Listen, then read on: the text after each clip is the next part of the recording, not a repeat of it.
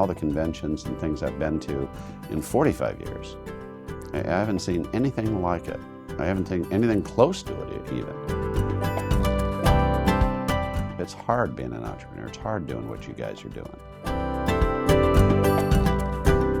Think of CEO Space as the ultimate business trade show in the world in 140 countries, with 20 countries coming to any of them 5 times a year. When you come to CEO Space, it's the beginning of something that continues. It's not an event. The typical trade show you go to, you see that little glass fishbowl and you put your card in and you hope you get the iPod. But here it's totally different. 35% of what we do here is education.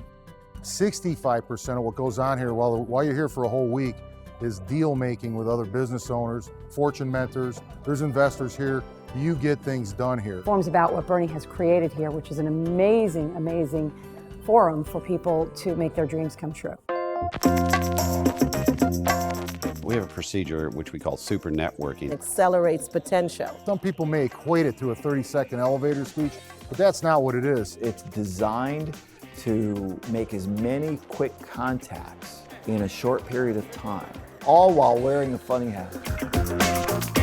We get a childlike kind of demeanor because we make them wear goofy hats to do very serious adult requesting. And what it does is it breaks down all the barriers and you're very comfortable. You've got people in a business environment and being serious and making networking fun for them to loosen them up. Everything begins at all interaction with request, having the most powerful request. So S.N.A.P is a process to polish like a diamond the request for the CEO at the top. Super teaching is a technology invented by the brain itself. If 3 screens are placed behind the trainer and the images are very precisely controlled, the content is moved around in the screen with redundancies that can't be predicted, you get a higher retention. The normal retention of a regular classroom is 35%. The retention of super teaching, it results in over 80%. It's much more relaxed and joyful to learn. It's much more exciting to teach in. The more I'm exposed to super teaching, the more my brain opens up and I'm finding incredible ideas, entrepreneurial ideas. I'm remembering things that I wouldn't normally remember. It's like, where did that come from? And the only thing I can think of is it comes back to super teaching.